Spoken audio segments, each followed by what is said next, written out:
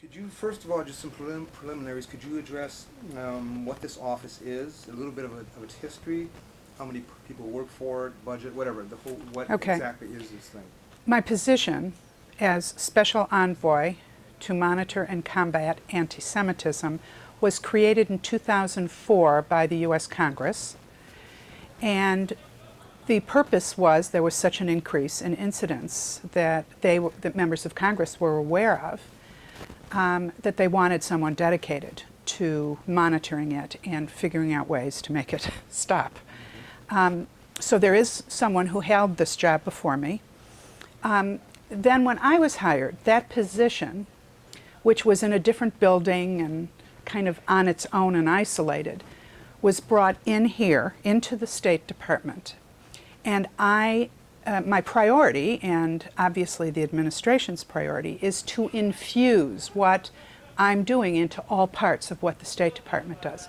So not only did I get integrated and elevated by being brought into the State Department, but I am working with all the different parts of the State Department on figuring out how they can better monitor what's happening at our 194 countries that we monitor, and enlisting different parts of the State Department to make sure we're combating it. I'm in the Bureau of, it's called DRL, Democracy, Human Rights, and Labor, and which is perfect because what we're trying to say is that anti-Semitism is the denial of a fundamental human right. And so I have the whole human rights apparatus that I'm working with here at the State Department. Very recently, the Secretary held a reception for me where she explained this integration and elevation of the position and how it is her wish to see this integrated into all aspects of the State Department, which of course means an integral part of our foreign policy. Why this elevation? What's the reason? All of a sudden say It's not all of a sudden. It's a statement by the administration that they want to elevate it. They want it to be more important. They want it to be more integrated into decisions that are being made in foreign policy. Now, here, let me give you an example. When the position was created, members of Congress and the person that was hired at the time wanted a report done on anti-Semitism. And it was a very good report. Yes, it's a very good report. What I'm doing is all of the mandated reports, the human rights reports, the International Religious Freedom Report, I'm infusing anti-Semitism into those reports, which are viewed by countries all over the world regularly.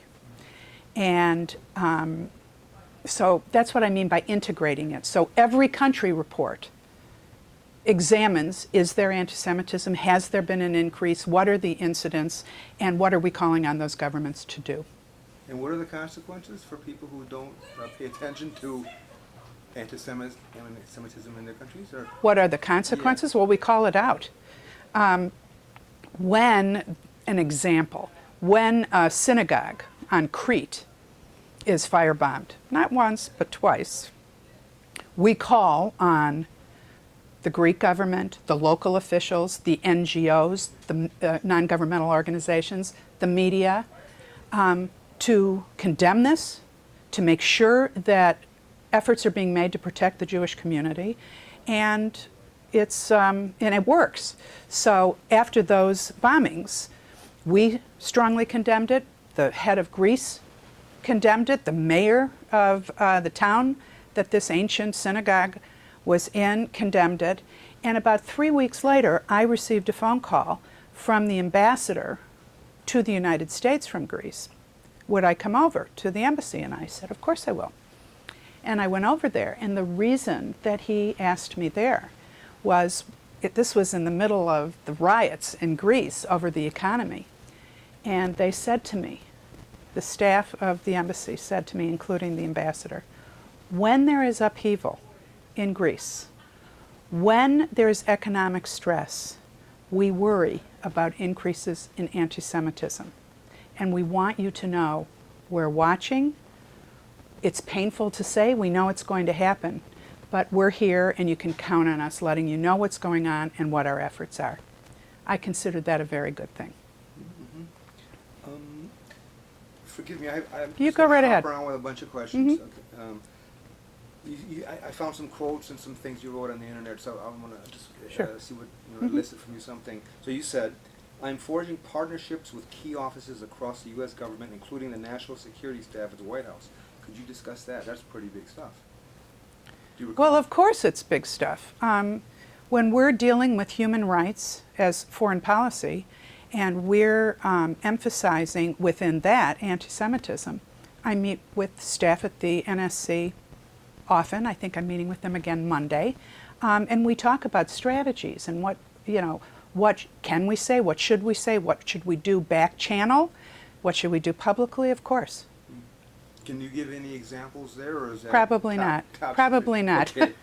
Okay. How do you define anti-Semitism these days? What would be a good Well, guideline? I think very simply, if you're looking for a bumper sticker, it's Jew hatred.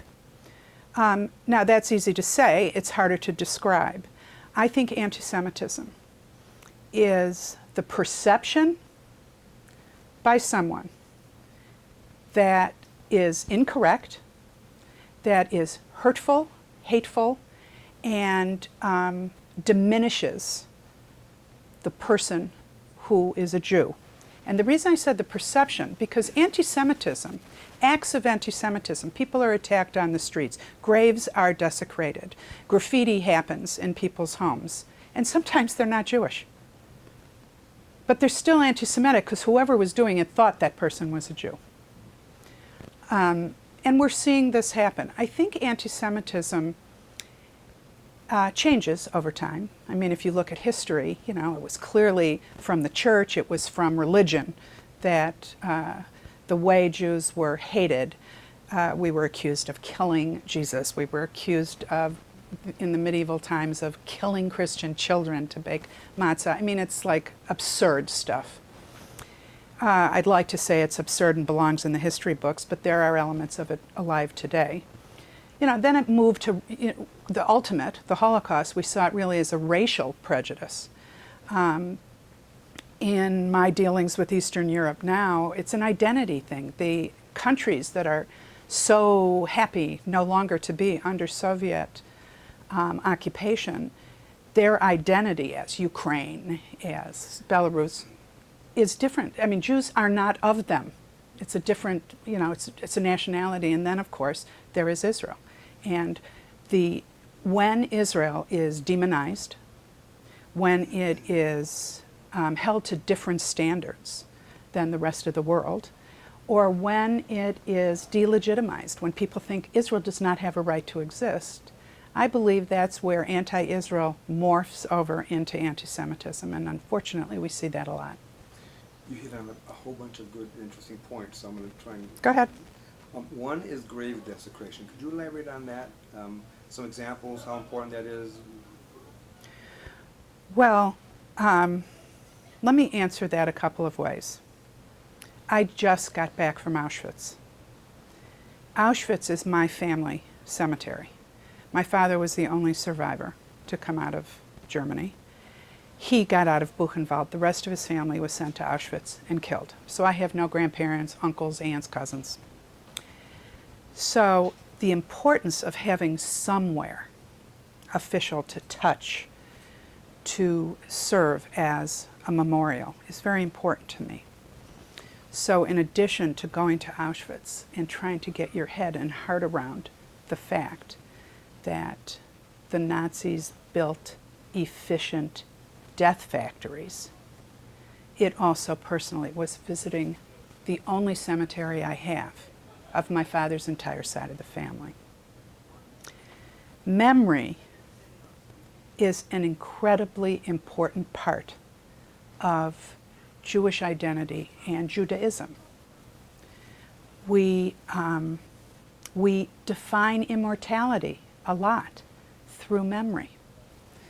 I, as a daughter, every year on the anniversary of my parents' death, I say a special prayer, I go to synagogue, I light a yahrzeit candle.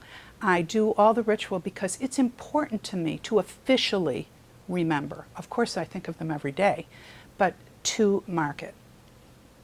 That's what graves are. Graves are memorials to living, breathing people who had an impact on our lives. We know memory exists when we hand it down. We don't know about afterlife.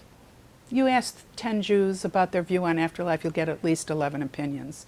But we do know that memory gives you immortality. And memory can be by uttering your name, by putting a stone on a grave. It can be by a deed you do. And so cemeteries and graves become very important pieces of memory and pieces of history. Now, obviously, people who aren't Jewish know that also. And so if they're trying to be hurtful to Jews, oftentimes they'll go to a cemetery and desecrate the graves. They'll turn over tombstones or they'll do graffiti on the graves, and it's very hurtful.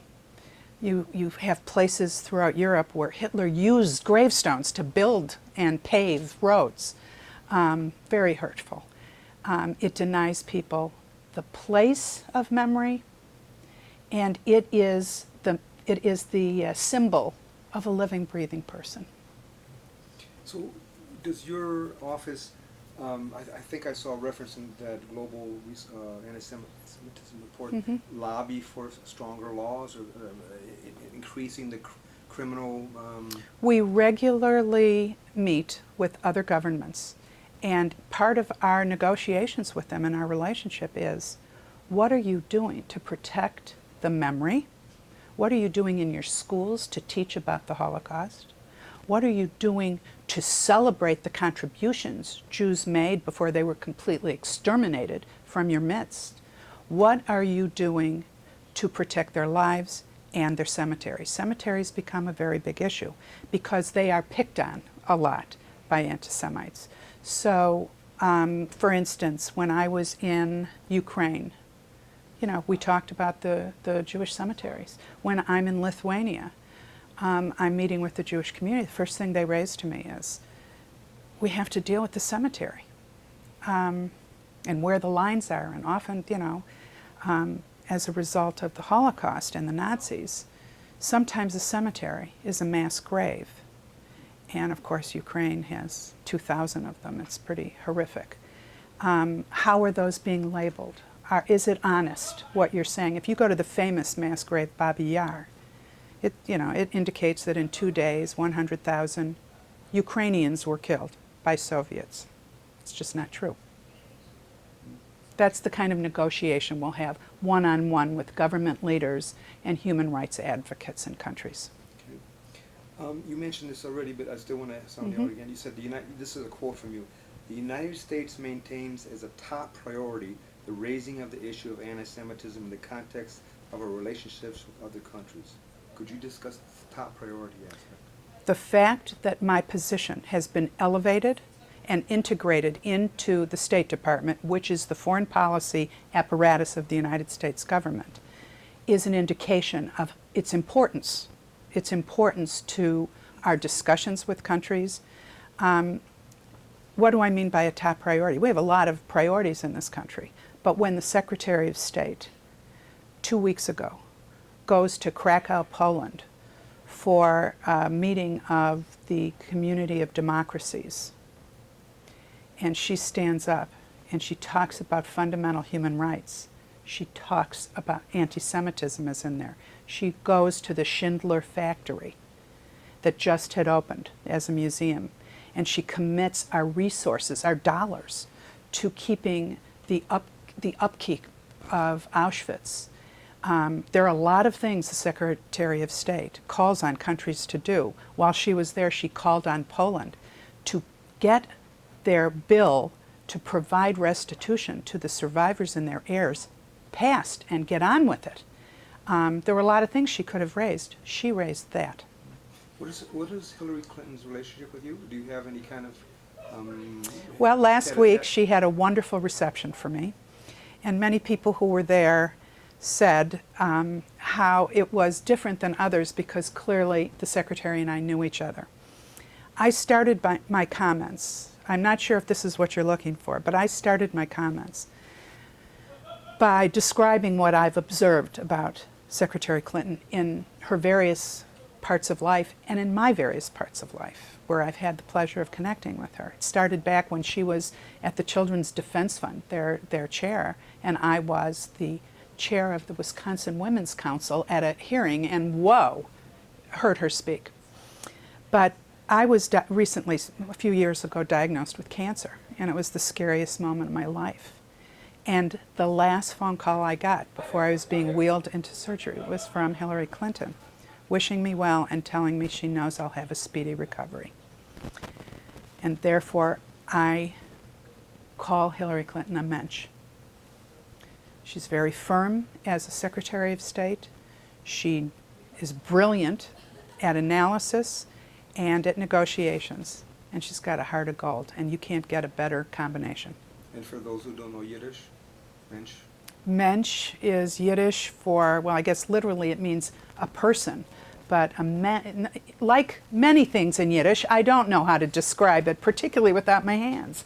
A mensch is somebody who is a real person, a humane human, somebody who is motivated by the right things and does good with their life.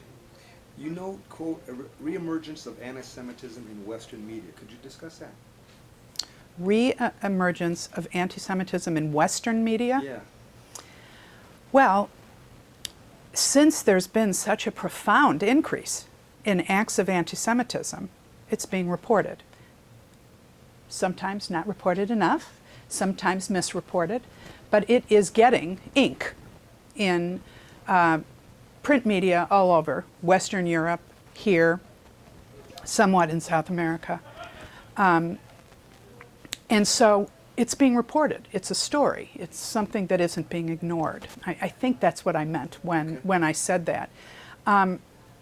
Now, why are there increases in anti-Semitism? Sometimes I find the media frustrating because they look for, sound bites, and this is worth more than a sound bite. Why is it that when there is activity in the Middle East, when the conflict explodes into violence, why is it we know to expect a spike in incidents of anti-Semitism in England, in France, in Spain? Why is that? Why is that normal? But we do. We know to expect it. The media, the Western media knows to expect it. And it's a sad state of affairs that that's true. But we have to understand, why is it people find that okay or normal? Why aren't we calling it out? And that's what my job is. Okay. The man who formerly held your position, I'm going to bring him up again. Mm-hmm. Mr. You haven't brought him up before. No, I'm going to. Okay. He's Okay. forthcoming. I have another question. Has written, in my term as special envoy, I found the issue of Israel overwhelming in nearly every meeting. Is that your experience when you're going around the world or talking to folks? Is Israel leap out like a lion as far as complaints and so forth? No, that has not been my experience. When I'm in Lithuania, I don't think the word Israel was stated once. When I was in Ukraine, I don't believe it came up. In some places, does it? Absolutely. I just said to you that when there's activity happening in the Middle East, there's a spike in anti-Semitism. When I'm meeting with an imam in the United Kingdom, and he says, why are we talking about anti-Semitism? Jews own all the banks. They run Congress in the United States. They own the media. Why are we talking about that? And I have to explain to him, listen to what you've said. Those are horrendous stereotypes. I asked him, what percentage of the United States population do you think is Jewish? And he shrugged and said, maybe 80. And when I told him that it's really under 2%, he didn't believe me. But those stereotypes and those things happen, and they increase when there's an incident in the Middle East. But Israel comes up a lot. It comes up more here in the United States when I'm giving a speech somewhere. and people will ask me, what is the bright line between anti-Semitism and anti-Israel? People want it to be a simple answer, and it's not, because anti-Israel sentiment is often a mask for anti-Semitism. It's not always. Or 50% of Israel would be anti-Semitic. It's okay for healthy, robust democracies anywhere to question their government and other government policies and treatments. But when it crosses over are the 3 Ds that I just mentioned to you. Okay. Okay, because of your affiliation, and this is what I read on the internet with J Street, you have some on the political right have even called you, quote, an anti-Israel lobbyist, okay? I'm sure you're familiar, thereby making you, in some extreme definitions, almost an anti-Semite. I mean, could you discuss this? What are your credentials for the advocacy of Israel? People who dare to call me an anti-Semite, I who have spent my entire life fighting hatred of all sorts, and especially anti-Semitism, I who am a child of a Holocaust survivor, I who studied to become a rabbi, I who headed the Jewish Council for Public Affairs, the umbrella organization on public policy for the organized Jewish community of this country. If someone dares call me an anti-Semite, their motivation has nothing to do with what my office does, what I do. It's political. What is the adjective and verb I want here? It is outrageous politicizing something we should all be agreeing on. May I bring up this issue? And what about the term anti-Semite? Things are very politically charged these days, and a lot of people are getting called anti-Semites. Jimmy Carter was called by some quarters of being an anti-Semite. Do you have any perspective on that? Is there a sense that perhaps sometimes that net gets thrown too far?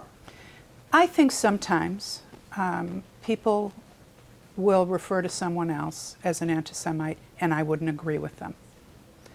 Do I think anti-Semitic statements occur? Yes. Do I think there are anti-Semitic cartoons, even in our own country? Oh, yes. Do I think it exists? Do I think some people just really fundamentally were raised by a church or a mosque or a community that told them that Jews are bad people? Do I think that exists? Yes. But do I think it's overused? Yes. This issue again about some people are advocating or arguing that your credentials for an advocacy for Israel are weak. Yeah, well, I don't. What would they want? Well, I lived a year in Israel. I go back to Israel every chance I can. You know, it's ridiculousness. What was your experience living in Israel? I lived there my first year in the seminary when I studied to be a rabbi. Do you recall your experience? Anything? Yes. I was there in 1973 when the Yom Kippur War broke out, and there was a short period of time there that I thought I started the war because I was called to the Torah on Yom Kippur. And, you know, there hadn't been a woman called to the Torah on Yom Kippur, and I thought, my mother told me not to start a war, she's going to kill me. No, I lived there during the war. I lived there during the spring terrible terrorist attacks. And I go back to I can't even count the amount of times I've been to Israel and you know, when I headed the Jewish Council for Public Affairs, at least once a year, we went to Israel. Met with the right, met with the left, everybody in between, met with Palestinians, met with people who don't want to see a two-state solution, some people who do. I've met with people every step of the way on the political spectrum, and I don't know what those people who dare to say such ridiculous things, what their definition of somebody worthy of this is, other than they don't like my political party. Okay. This is a charged question. Does modern Israel contribute to the growth of anti-Semitism, its policies? There is an argument out there that it does. What's your perspective on that? I think that people who disagree with a policy of the sovereign state of Israel If they move it to all Jews are responsible for that policy, that's anti-Semitic. Do I think if people criticize a policy of the State of Israel, criticize the policy of the United States, policy of France, you fill in the blank, does it make them anti-everything? No. Do I think some people who observe with passion what's going on in the Middle East and decide that Israel is responsible for everything bad that's happening there, I think they need some talking to and some education. But I don't think it's contributing to the increase in anti-Semitism. I think it is a catalyst for some of the increases we see in some communities of anti-Semitism. Okay. What's your sense, and I can guess, what's your sense of the infamous UN resolution a few years ago that Zionism is racist? That was absurd, disgusting. I'm glad we could see it reversed. I think the United Nations is not a friendly neighborhood for Israel or for Jews. It's part of the reason why we in the United States government spend a lot of time with other human rights multilateral organizations, because it is an away game there. The United Nations is very important for some policies that we want to see done. It is, in the ideal sense, the organization that the world community, but is it biased? 170 resolutions naming Israel by name and condemning acts that Israel does over 6 years, and 5 for Sudan, gives you an idea of the disproportionate attention that the United Nations, particularly the United Nations Human Rights Council, gives to Israel when there's genocide and horrendous acts going on in Sudan, and they still want to spend all their time. And in the Human Rights Council, there's only one agenda item that names a country, and that's Israel. That disproportionate attention and that holding Israel to a different standard than all the other countries moves it, in my opinion and in our opinion, it moves it from anti-Israel to anti-Semitic. We alluded to this. This is a question revolving around Israel, I think, but I'd like. You stated anti-Semitism remains a significant problem with Muslims around the world. So why? Is it related to Israel or other things? Why in the Muslim world is there such a problem?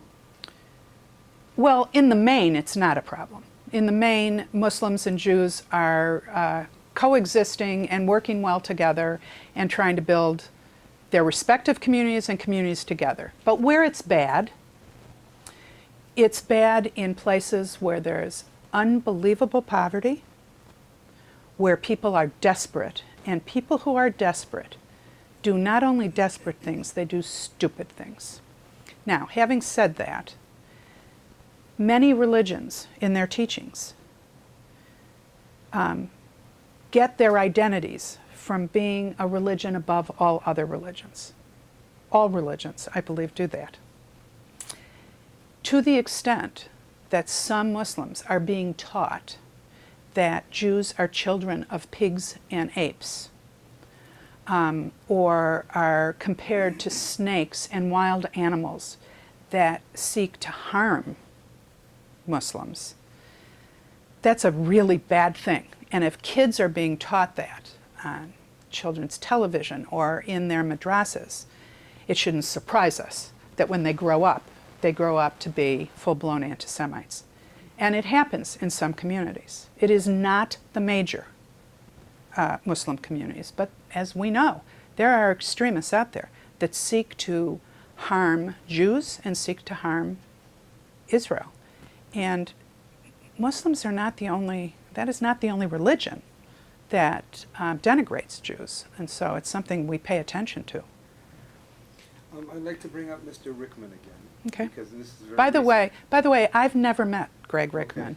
Well, apparently recently if you could discuss this, he has written that you were, quote, highly confused, and you're fighting the wrong fight. And what he's talking about. I know what he's talking about. Well, could you elaborate on Sure. that? I don't need to. Let me tell you what happened. Okay. The Organization of Security and Cooperation in Europe, the OSCE, is a multilateral group that we, the United States government, has put a lot of energy into. And they have an entire focus on tolerance. Now, while I don't like the word tolerance, I feel like it's saying I'll put up with you. In the diplomatic world, tolerance means acceptance, respect, pluralism, and they have held many conferences focusing on tolerance. The first was on anti-Semitism. So we appreciate the OSCE for what it does. They recently had a conference, this is the end of June, in Astana, Kazakhstan, which is another story altogether.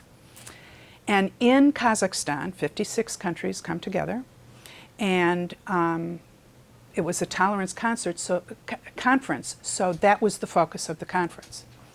In addition to the normal stuff that happens with government officials making their opening statements, the first session was on Islamophobia, the second session was on anti-Semitism, and then the meetings went on for 2 days.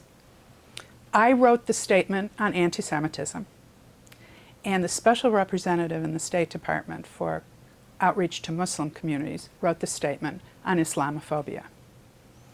And the night before the conference opened, her name is Farah Pandit, she and I were talking about this, and I said, wouldn't it have more impact if a Muslim was calling out anti-Semitism and a Jew was calling out Islamophobia?